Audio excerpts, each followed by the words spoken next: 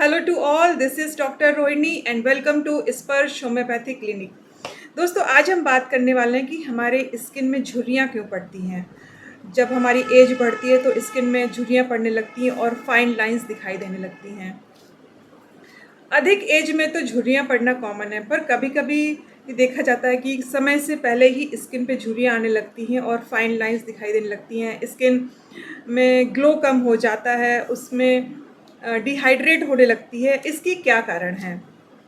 वैसे तो झुर्रियाँ पड़ने के कई कारण हैं, जैसे कि जब एज बढ़ती है तो झुर्रियाँ आती हैं, बहुत देर तक सनलाइट में रहने से झुर्रियाँ आती हैं, पानी की कमी से, न्यूट्रिशन की कमी से, इन सब चीज़ों से झुर्रियाँ स्किन पर पड़ती हैं। पर एक फैक्टर है जो झुर्रियों के लिए बहुत ज़िम्मेदार है, वो है कोलेजन।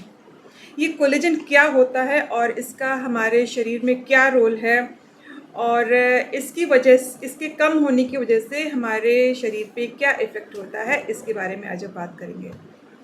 कोलेजन एक तरह का प्रोटीन होता है जो हमारे शरीर में बहुत ज़्यादा मात्रा में पाया जाता है। कोलेजन एक तरह का कनेक्टिव टिश्यू होता है जो कई चीज़ों को बांध के रखने का काम करता है। जैसे ये हमारी हड्डियों को कनेक्ट करके रखता है, जिसे लिगामेंट्स कहते हैं, और हमारी मसल्स को हड्डियों से जोड़ कर रखता है, जिसे टेंडन्स कहते हैं। और ये कोलेजन हमारी स्किन में भी बहुत मात्रा में पाया जाता है। जैसा कि हम सब जानते हैं, हमारी स्किन 3 लेयर से मिलकर बनी होती है। सबसे ऊपर एपिडर्मिस, उसके नीचे डर्मिस और सबसे नीचे हाइपोडर्मिस या फिर सबक्यूटेनियस लेयर, जिसे फैटी लेयर भी कहते हैं।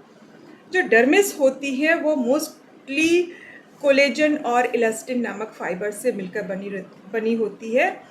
इलास्टिन और कोलेजन की वजह से ही हमारी स्किन में इलास्टिसिटी होती है। जब हम अपनी स्किन को ऐसे खींचते हैं और ये अपनी शेप में आ जाती है, तो ये कोलेजन और इलास्टिन की वजह से ही होती है। कोलेजन जब हमारी बॉडी स्किन में अधिक मात्रा में होता है, सफिशिएंट मात्रा में होता है, तो हमारी स्किन फर्म रहती है, हमारी स्किन टाइट दिखाई देती है, हमारी स्किन में ग्लो रहता है और हाइड्रेटेड दिखाई देती है। अब कुछ कंडीशंस में जब कोलेजन कम होने लगता है तो हमारी स्किन लूज़ होने लगती है, हमारी स्किन में रिंकल्स और फाइन लाइंस आने लगते हैं। क्या कंडीशन होती है कि जब ये कोलेजन कम होता है? जब हमारी एज बढ़ती है 25 से 30 साल तक, 25 से 30 से ज़्यादा होती है, तो हमारी बॉडी में जो कोलेजन फॉर्मेशन की क्षमता होती है वो कम होने लगती है। कोलेजन हमारी बॉडी में ही बनता है, पर एक एज के बाद जो कोलेजन बनाने की क्षमता होती है हमारे शरीर की, वो कम होने लगती है, और हर साल 1% की रेट से ये कोलेजन कम होने लगता है। जब कोलेजन कम होता है बॉडी में, तो बोन्स में पेन होने लगता है, मसल्स में पेन होने लगता है, हमारी स्किन भी अनहेल्दी और रिंकल्स आने लगते हैं, उस पर फाइन लाइंस दिखाई देने लगती हैं। अब क्या वजह है कि हमारे शरीर में कोलेजन कम होने लगता है? इसकी कुछ वजह है, जैसे एजिंग, जैसे जैसे एज बढ़ती है हमारे शरीर में कोलेजन कम होने लगता है, उसके फॉर्मेशन की क्षमता घटने लगती है। बहुत अधिक देर तक धूप में रहने से भी कोलेजन कम होता है बॉडी में। इसके अलावा फ्री रेडिकल्स जब बढ़ते हैं बॉडी में, तब भी कोलेजन कम होता है। न्यूट्रिशन की कमी, पानी की कमी, इन सब से बॉडी में कोलेजन कम होता है। अब सवाल ये आता है कि अगर बॉडी में कोलेजन कम हो गया है तो हम उसको कैसे मेंटेन करें, उसकी मात्रा को कैसे बढ़ाएं?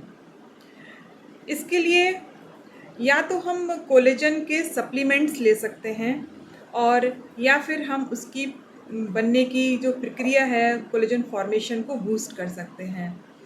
नॉन वेजिटेरियन में काफ़ी मात्रा में कोलेजन होता है, जैसे फ़िश और चिकन में।